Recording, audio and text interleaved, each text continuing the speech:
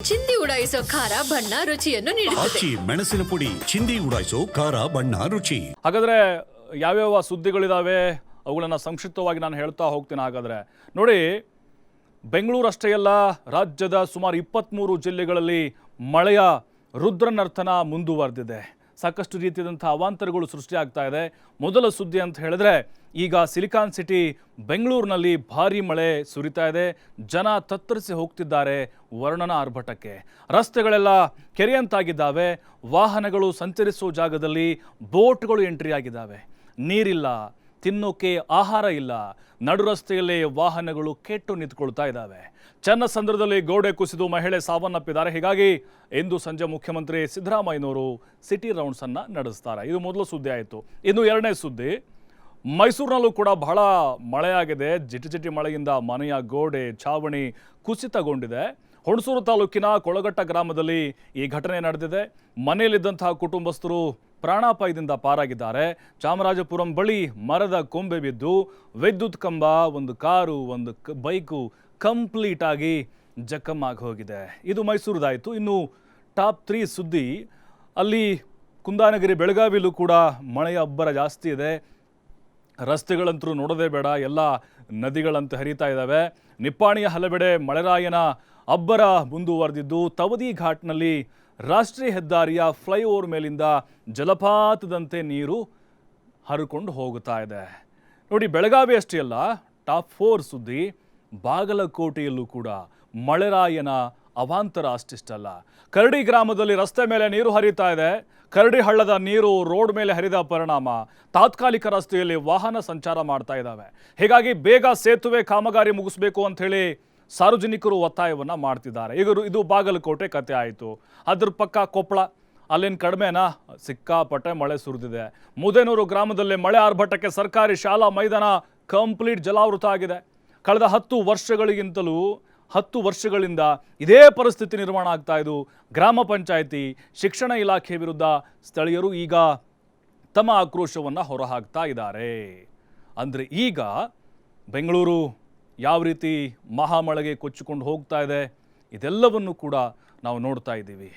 ಹಾಗಾದರೆ ಸಿಲಿಕಾನ್ ಸಿಟಿಯಲ್ಲಿ ಏನೆಲ್ಲ ಅವಾಂತರ ಆಯಿತು ನೋಡಿ. ಮಧ್ಯರಾತ್ರಿ 12-1 ಈ ಟೈಮಲ್ಲಿ ಶುರುವಾಗಿರುವಂಥ ಮಳೆ ಬೆಳಗಿನ 5:30 ಗಂಟೆವರೆಗೂ ಕೂಡ ಮಳೆರಾಯನ ಆರ್ಭಟ ಇತ್ತು. ಬೆಂಗಳೂರಿನಲ್ಲಿ ಸಾಕಷ್ಟು ರೀತಿಯಾದಂಥ ಅವಾಂತರಗಳು. ಕಳೆದ 10 ವರ್ಷಗಳಲ್ಲೇ ಭಾರೀ ಹಾನಿ ಉಂಟಾಗ್ತಾ ಇದೆ. ಭಾರೀ ಮಳೆ ಆರ್ಭಟಕ್ಕೆ ಬೆಂಗಳೂರು ಮುಳುಗಿ ಹೋಗಿದೆ. ಸಿಲಿಕಾನ್ ಸಿಟಿಯಲ್ಲಿ ರಸ್ತೆಗಳು ಕೆರೆಯಂತಾಗಿದ್ದಾವೆ. ವಾಹನಗಳು ಸಂಚರಿಸುವಂಥ ಜಾಗದಲ್ಲಿ ಬೋಟ್ಗಳು ಎಂಟ್ರಿ ಕೊಟ್ಟಿದ್ದಾವೆ. ಕುಡಿಯೋಕೆ ನೀರಿಲ್ಲ, ತಿನ್ನೋಕೆ ಆಹಾರ ಇಲ್ಲ. ನಡು ರಸ್ತೆಯಲ್ಲೇ ಕೆಟ್ಟು ನಿಂತ್ಕೊಂಡಿದ್ದಾವೆ ವಾಹನಗಳು. ಬೈಕು, ಕಾರು, ಆಟೋ ಸವಾರರು ನರಕಯಾತನೆ ಅನುಭವಿಸಿದ್ದಾರೆ. ಮನೆಯೊಳಗಡೆ ನೀರು ನುಗ್ಗಿ ಭಾರೀ ಅವಾಂತರಗಳಾಗಿದೆ. ರಾತ್ರಿ ಇಡೀ ನಿದ್ರೆ ಇಲ್ಲದೆ ಸಿಟಿ ಮಂದಿ ಪರದಾಡಿದ್ದಾರೆ. ಮನೆಯಿಂದ ನೀರು ಹೊರಹಾಕಲು ಹರಸಾಹಸವನ್ನು ಮಾಡ್ತಾ ಇದ್ದಾರೆ.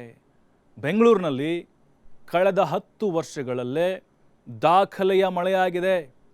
ಎಲ್ಲ ಭಾಗಗಳಲ್ಲೂ, ಮೆಜೆಸ್ಟಿಕ್ಕಿಂದ ಹಿಡಿದು KR ಪುರಂವರೆಗೂ, ಯಲಹಂಕದಿಂದ ಹಿಡಿದು ಅತ್ತಿಬೆಲೆವರೆಗೂ ದಶ ದಿಕ್ಕುಗಳಲ್ಲೂ ಕೂಡ ಮಳೆಯ ದಿಗ್ಬಂಧನ, ಜಲಾವೃತ ಆಗಿದೆ. ಎಲ್ಲ ಕಡೆಗಳಲ್ಲಿ ರಸ್ತೆಗಳು ಬ್ಲಾಕ್ ಆಗಿದ್ದಾವೆ.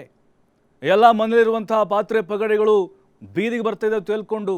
ಜನ ಜಾಗರಣೆ ಮಾಡ್ತಾ ಇದ್ದಾರೆ. ಊಟಕ್ಕನ್ನ ಸಿಗ್ತಾ ಇಲ್ಲ ರೀ. ಬೋಟ್ಗಳು ಬರ್ತಾ ಇದ್ದಾವೆ ಅಂದರೆ ಲೆಕ್ಕ ಹಾಕ್ಕೊಳ್ಳಿ. ಬೆಂಗಳೂರಿನಲ್ಲಿ ಎಂಥ ಮಳೆ ಆಗಿದೆ ಅಂಥೇಳಿ. ಅದರಲ್ಲೂ ತಗ್ಗು ಪ್ರದೇಶಗಳಲ್ಲಿ ಕೇಳಲೇಬಾರ್ದು ನಾವು. ಯಾಕಂದರೆ ಈ ರಾಜಕಾಲುವೆಯ ಸುತ್ತಮುತ್ತ ರಾಜಕಾಲುವೆಯನ್ನು ಒಡೆದು ಮನೆ ಕಟ್ಕೊಂಡಂಥವ್ರು, ಅಥವಾ ಈ ಹಿಂದೆ ಕೆರೆ ಇದ್ದಂಥ ಪ್ರದೇಶದಲ್ಲಿ ಮನೆ ಕಟ್ಟಿದಂಥವ್ರು ಲೇಔಟ್ ಮಾಡಿ, ಅಂಥವ್ರಿಗೆ ಖಂಡಿತವಾಗ್ಲೂ ಬಹಳ ದೊಡ್ಡ ನಷ್ಟ ಆಗ್ತಾ ಇದೆ. ಈಗ ಅವರಿಗೆ ಸಮಸ್ಯೆ ಅರ್ಥ ಆಗ್ತಾ ಇದೆ. ಈ ಹಿಂದಿನ ಅಧಿಕಾರಿಗಳು ಮಾಡಿರುವಂತಹ ಕೆಲವೊಂದಿಷ್ಟು ಅನ್ಪ್ಲ್ಯಾನ್ಡ್ ಪ್ರಾಜೆಕ್ಟು, ಅಥವಾ ಈಗಿನ ಅಧಿಕಾರಿಗಳು ಮಾಡ್ತಾ ಇರುವಂತಹ ಒಂದು ಬೇಜವಾಬ್ದಾರಿ, ಇದೆಲ್ಲವೂ ಕೂಡ ಕಾರಣ ಆಗ್ತಾ ಇದೆ. ಸರಾಗವಾಗಿ ನೀರು ಹರಿದು ಹೋಗಬೇಕಾಗಿತ್ತು, ಆದರೆ ಬೆಂಗಳೂರಿನಲ್ಲಿ ಅದಾಗ್ತಾ ಇಲ್ಲ. ಎಲ್ಲ ಕಡೆ ಬ್ಲಾಕು, ಡ್ರೈನೇಜ್ ಬ್ಲಾಕು. ಕೆಲವೊಂದಿಷ್ಟು ಅವೈಜ್ಞಾನಿಕ ಕಾಮಗಾರಿಗಳನ್ನು ಮಾಡ್ತಿದ್ದಾರೆ. ವೈಟ್ ಟಾಪಿಂಗ್ ಮಾಡ್ತಿದ್ದಾರೆ. ಈ ಕೇಬಲ್ ವೈರ್ ಕಾಮಗಾರಿ ಮಾಡ್ತಾ ಇದ್ದಾರೆ. ಹಾಗಾಗಿನೇ ಈಗ ಅದು ಕೂಡ ಸಮಸ್ಯೆ ಆಗ್ತಾ ಇದೆ. ಈ ಯಲಹಂಕ ಭಾಗದ ಕಡೆ ಹೋದರೆ ಸಿಕ್ಕಾಪಟ್ಟೆಯಲ್ಲಿ ಕೆರೆಗಳಿದ್ದಂತಹ ಪ್ರದೇಶ ಮೊದಲು, ಅಲ್ಲೀಗ ಮನೆಗಳನ್ನ ಕಟ್ಕೊಂಡಿದ್ದಾರೆ, ಅಲ್ಲಿ ಅಪಾರ್ಟ್ಮೆಂಟ್ಗಳ ನೀರು ಹೋಗಿದೆ, ರಸ್ತೆಗಳೆಲ್ಲವೂ ಕೂಡ ಜಲಾವೃತ ಆಗಿದ್ದಾವೆ. ಇನ್ನು ನಮ್ಮ ಗ್ರೇಟರ್ ಬೆಂಗಳೂರು ಅಧಿಕಾರಿಗಳು ನಿದ್ದೆಯಿಂದ ಎದ್ದಿಲ್ಲ. ಜನ ಹಿಡಿಶಾಪವನ್ನು ಹಾಕ್ತಾ ಇದ್ದಾರೆ. ಮಳೆ ಬಂದರೆ ಪ್ರತಿ ಸರವು ಕೂಡ ನಾವು ಇದೇ ಕಷ್ಟವನ್ನು ಅನುಭವಿಸಬೇಕಾ ಅಂತೇಳಿ. ಯಾರು ಹೇಳೋಣ ನಮ್ಮ ಪ್ರಾಬ್ಲಮ್ಮು? ಬೆಂಗಳೂರಿನಲ್ಲಿ ಭಾರೀ ಮಳೆಗೆ ಮೊದಲ ಬಲಿಯಾಗಿದೆ. ಗೋಡೆ ಕುಸಿದು 31 ವರ್ಷದ ಶಶಿಕಲಾ ದುರ್ಮರಣಕ್ಕೀಡಾಗಿದ್ದಾರೆ. ಮಹದೇವಪುರ ಠಾಣಾ ವ್ಯಾಪ್ತಿಯ ಚನ್ನಸಂದ್ರದಲ್ಲಿ ನಡೆದಿರುವಂತಹ ಘಟನೆ ಇದು.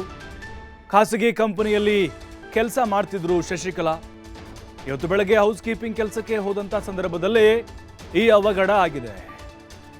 ನೋಡಿ, ಹೊಟ್ಟೆಪಾಡಿಗೋಸ್ಕರ ಬಂದಂಥವ್ರು ಬೇರೆ ಜಿಲ್ಲೆಯಿಂದ ದುಡಿಲಿಕ್ಕಂತ ಹೊರಕೆ ಬಕೆಟ್ ತೆಗೆದುಕೊಳ್ಳೋಕೆ ಹೋದಾಗ ಗೋಡೆ ಕುಸಿತ ಆಗಿದೆ. ಈ ಗೋಡೆ ಕುಸಿದು ಸ್ಥಳದಲ್ಲೇ ಮೃತಪಟ್ಟಿದ್ದಾರೆ ಶಶಿಕಲಾ. ಯಾದಗಿರಿಯ ಶಹಾಪುರ ಮೂಲದ ಮಹಿಳೆಯವರು.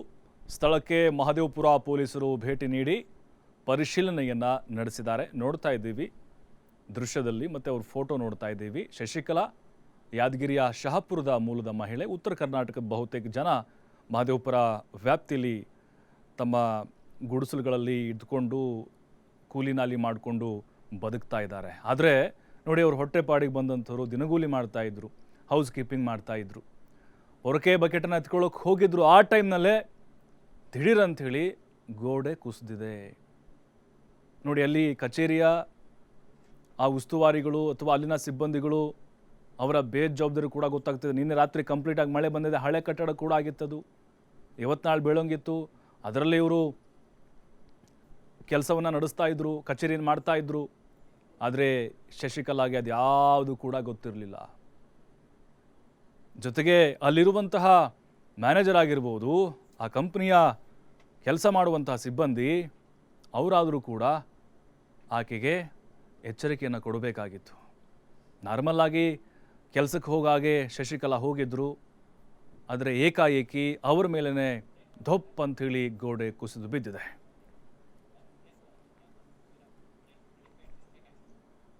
ಇನ್ನು ಬೆಂಗಳೂರು ಅಷ್ಟೇ ಅಲ್ಲ, ರಾಜ್ಯದ ಬೇರೆ ಬೇರೆ ಜಿಲ್ಲೆಗಳಲ್ಲೂ ಕೂಡ ಮಳೆಯ ಅವಾಂತರ ಮುಂದುವರೆದಿದೆ. ಸಾಕಷ್ಟು ರೀತಿಯ ಸಮಸ್ಯೆ ಉಂಟಾಗಿದೆ. ಎಲ್ಲೆಲ್ಲಿ ಏನೇನಾಗಿದೆ ಅದೆಲ್ಲದರ ಮಾಹಿತಿ ಕೊಡ್ತೀವಿ.